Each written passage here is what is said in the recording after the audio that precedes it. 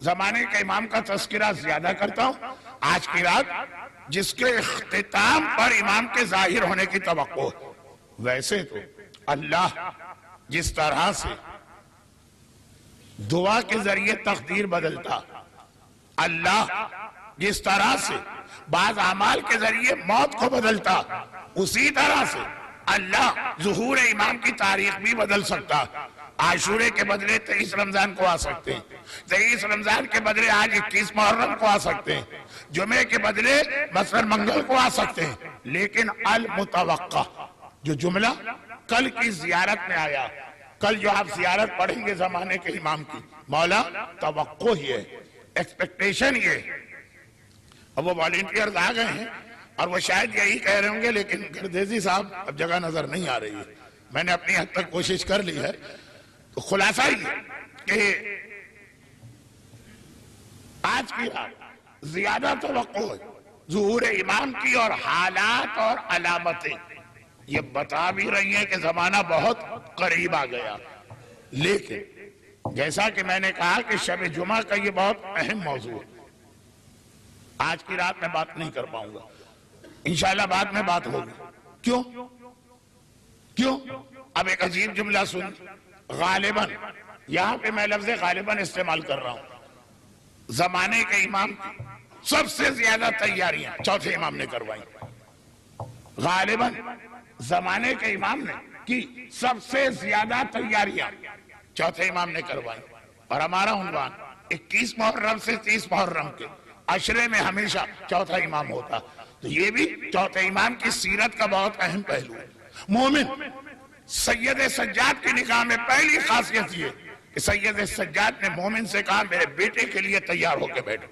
ایک بات آج ہی آ گئی، لیکن تسلسل جو ہے اس کو ملا، تو یہ 3 پیغام آج کی رات کے ہیں، دعا، موت اور زمانے کے امام کی تیاری، اور دعا کے حوالے سے صحیفہ کاملہ کا نام سب سے پہلے آتا ہے، یعنی چوتھے امام کی سیرت میں دعا سب سے نمایاں۔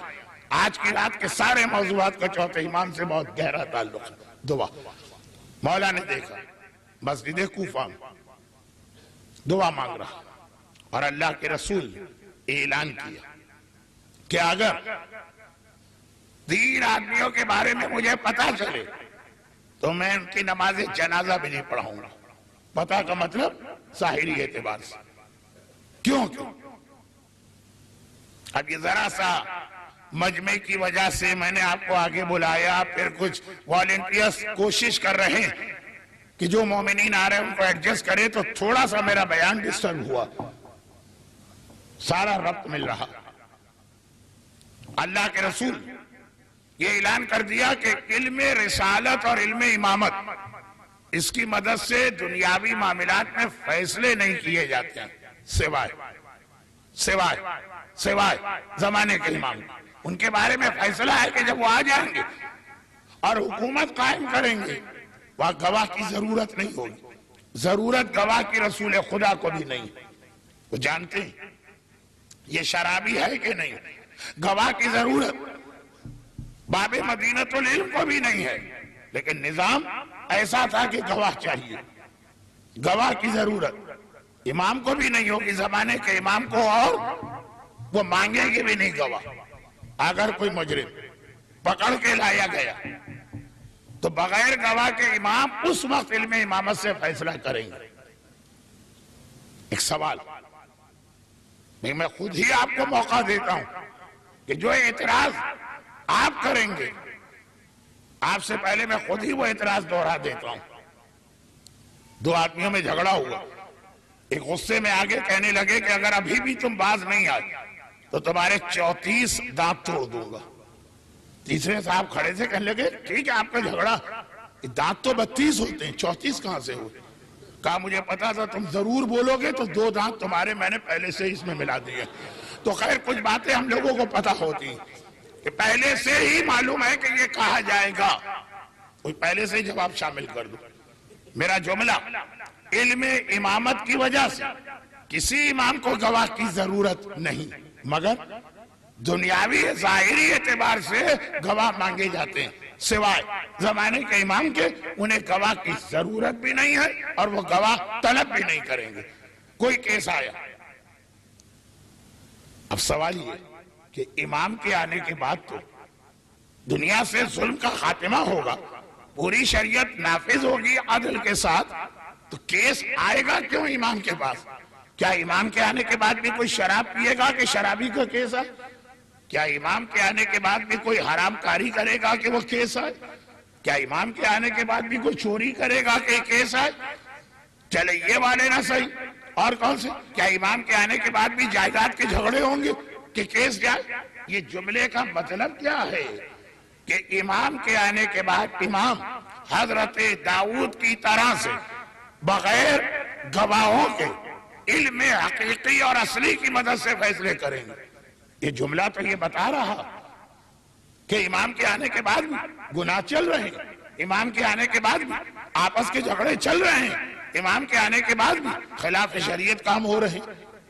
دیکھیے ایک سوال کوئی کر سکتا تھا بات میں، کوئی اور کیا کرے، میں نے خود کر دی، لیکن جیسا کہ میں نے کہا کہ اس کا جواب اپنے موقع پہ آئے گا، یعنی اسی عشرے میں. یہ نہیں کہہ رہا ہوں کہ آئندہ کبھی موقع ملے، اسی عشرے میں آئے گا.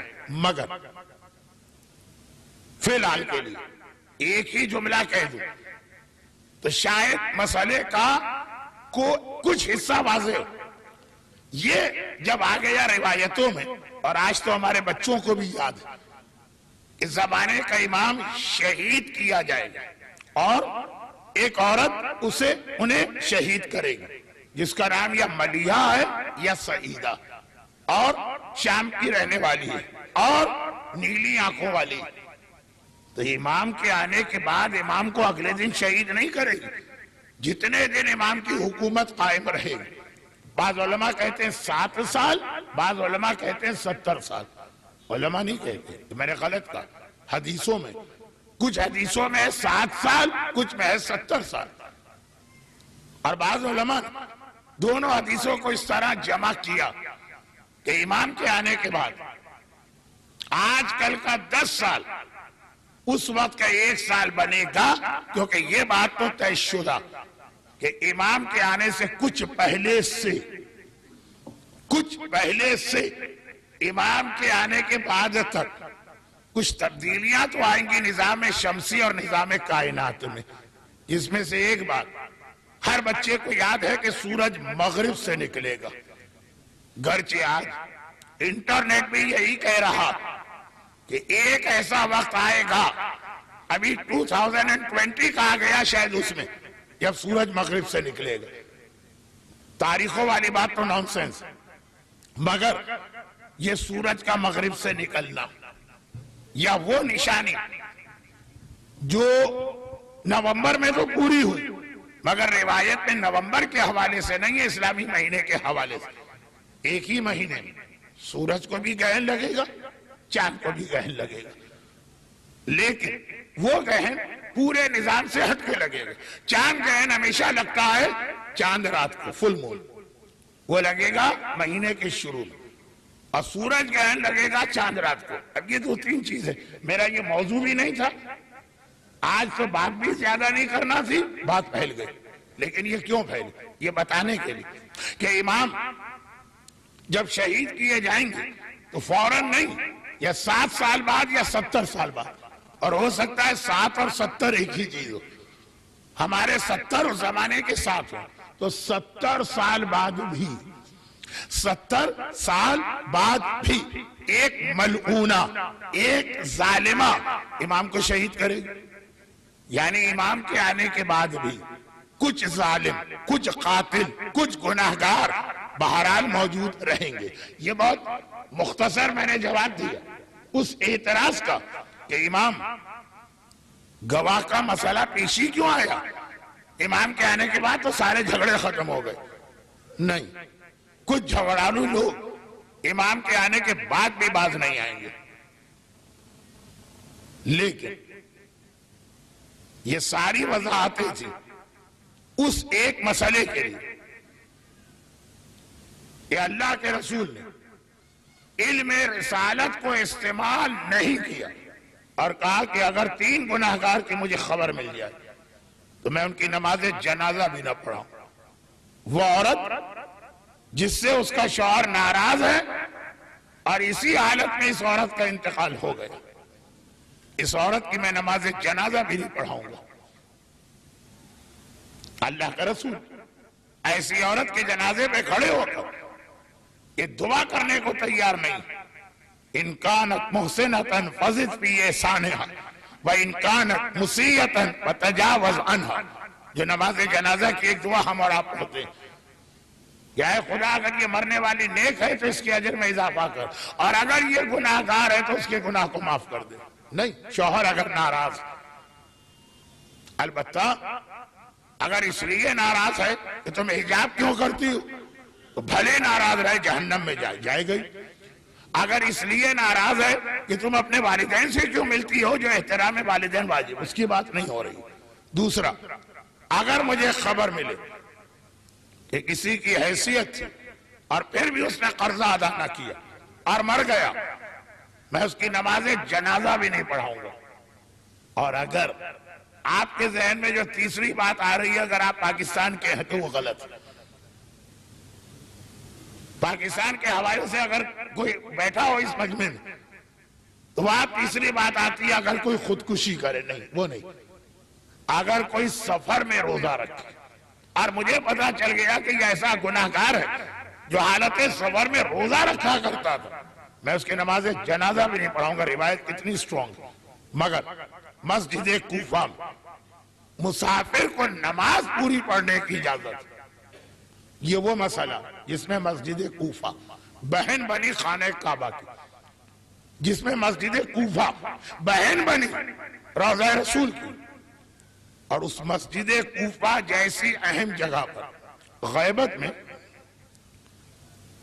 سب سے زیادہ زمانے کے امام کو جہاں دیکھا گیا ہے وہ مسجد کوفہ سب سے زیادہ۔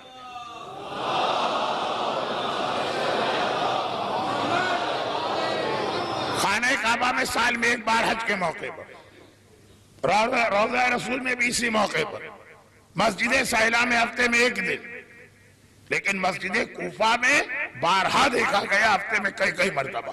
یہ امام کا ہیڈ کوارٹر۔ لیکن ایسی افضل مسجد میں جہاں آدمی جاتا ہی دعا کے لیے، مسجد کوفہ ہی وہ دعا کہ بعض اوقات مذاق میں لوگ کمپلین کرتے ہیں، مولانا زیارت پہ آپ لائے ہیں، اتنی نمازیں پڑھائیں کہ گھٹنے ٹوٹنے لگے، اس لیے کہ یہاں 2 رکعت نماز، یہاں 4 رکعت نماز، یہاں آدم، یہاں نوح، یہاں ابراہیم، یہاں جبرائیل، یہاں چوتھے امام، یہاں چھٹے امام، یہاں مولا۔ مسجد کوفہ ہے عبادت کی جگہ، لیکن مولانا ایک مومن کو دیکھ لیا کہ وہ روزانہ مسجد میں آتا ہے، بڑی لمبی لمبی دعائیں پڑھ کے جاتا ہے، بڑی لمبی لمبی دعائیں۔ یہ مفاتیح الجناح کی روایت پڑھ رہا ہوں۔ 1 دن، 2 دن، 8 دن، 10 دن، ایک دن مولا نے اس کو روک لیا، کہا کہ یہ بتا تیرا کیا خیال ہے، جو خدا یہ تیری اتنی لمبی لمبی دعاؤں کو سنتا، کیا وہی خدا تیری مختصر سی دعا کو نہیں سن سکتا؟ اتنی لمبی لمبی دعائیں روزانہ پڑھنے کی کیا ضرورت ہے؟ یہ وہ کہہ رہا ہے جس نے دنیا کو دعا کرنا سکھایا، اس کی دعائیں کمیل آج بھی ایک شاہکار دعا ہے، ساری دنیا کے سامنے پیش کرے۔ میں نے کینیڈا میں کچھ ایسے نو مسلم دیکھے جو خالی دعائیں کمیل کی وجہ سے دین حق کا قبول کر چکے ہیں۔ صحیفہ علویہ، آج وہ کہہ رہا اتنی لمبی لمبی دعائیں پڑھنے کی کیا ضرورت؟ کیا کائنات میں ایک ہی خدا نہیں ہے جو بڑی دعا قبول کر رہا ہے، چھوٹی بھی قبول کرتا؟ گھبرا کے کہا مولا لیکن میرے مسئلے بہت سارے۔ کچھ لوگ ہوتے ہیں نا، جیسے ٹیلی ویژن پر اگر کبھی صحت کے پروگرام آئے، بیماری اور صحت کے، فلاں بیماری، کچھ ایسے لوگ ہیں جو پروگرام دیکھتے ہیں ان کو لگتا ہے یہ بیماری تو ہے ہی ہمارے اندر، یہ بیماری تو ہے ہی ہمارے اندر، یہ بیماری تو ہے ہی ہمارے اندر، یعنی کہ آج سے 50 سال پہلے ان کو مر جانا چاہیے تھا، پتہ نہیں کیسے چل رہے ہیں۔ تو اسی طرح بعض لوگ ایسے جو مسئلہ آپ کہیے کہتے ہیں یہ پریشانی تو ہم کو بھی ہے، یہ پریشانی تو ہم کو بھی ہے، ہر پریشانی کا مولا۔ یہ لمبی لمبی دعاؤں کی وجہ یہ ہے کہ میرے مسئلے بہت زیادہ ہیں۔ کوئی ایسی دعا میں کیسے پڑھوں؟ 500 تو میرے مسئلے ہیں۔ امام نے مختصر ایک دعا بتائی جو میں اکثر ممبر سے پڑھتا ہوں، صرف 2 جملے، اسأل اللہ من کل خیر واعوذ باللہ من کل شر۔ اے خدا ہر خیر مجھے دے دے، ہر شر سے مجھے بتا لے۔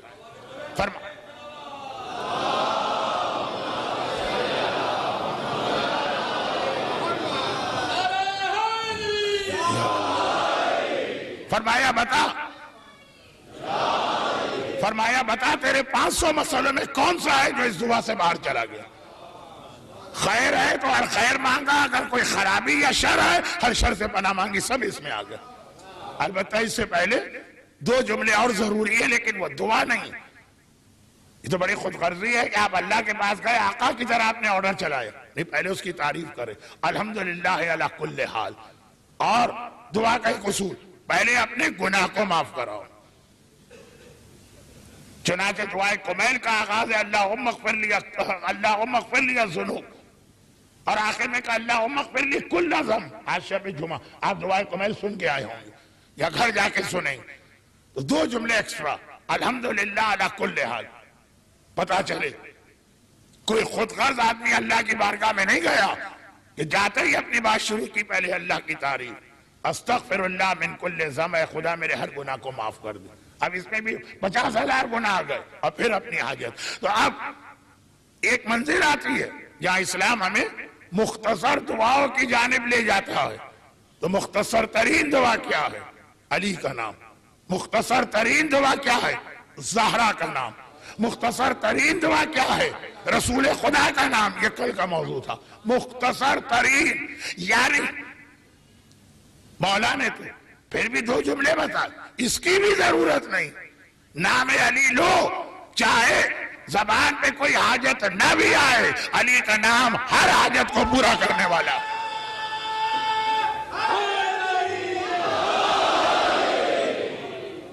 کل اس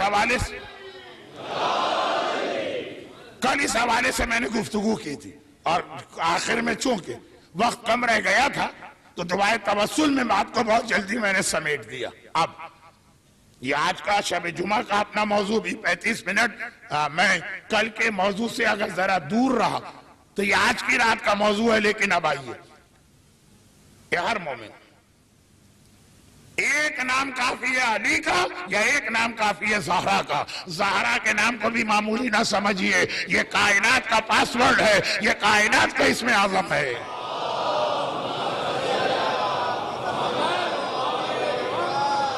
اگر گستاخی نہ ہوتی، سوء ادب نہ ہوتا، جسارت نہ ہوتی، تو میں کہتا کہ شاید زہرا کا نام تو علی کے نام سے بھی ایک درجے فوقیت رکھتا نظر آتا ہے، لیکن یہ سوء ادب، یہ گستاخی۔ یہ جملہ جو میں کہہ دیتا، کیوں کہتا؟ ایک تو یہ کہ اتنے واقعات و مشاہدات ہیں کہ خالی نام فاطمہ لوگوں کا مسئلہ حل کرتا، مگر سوال یہ جو کل میں نے ایک جملہ کسی اور حوالے سے کہا تھا، یہ عقیدے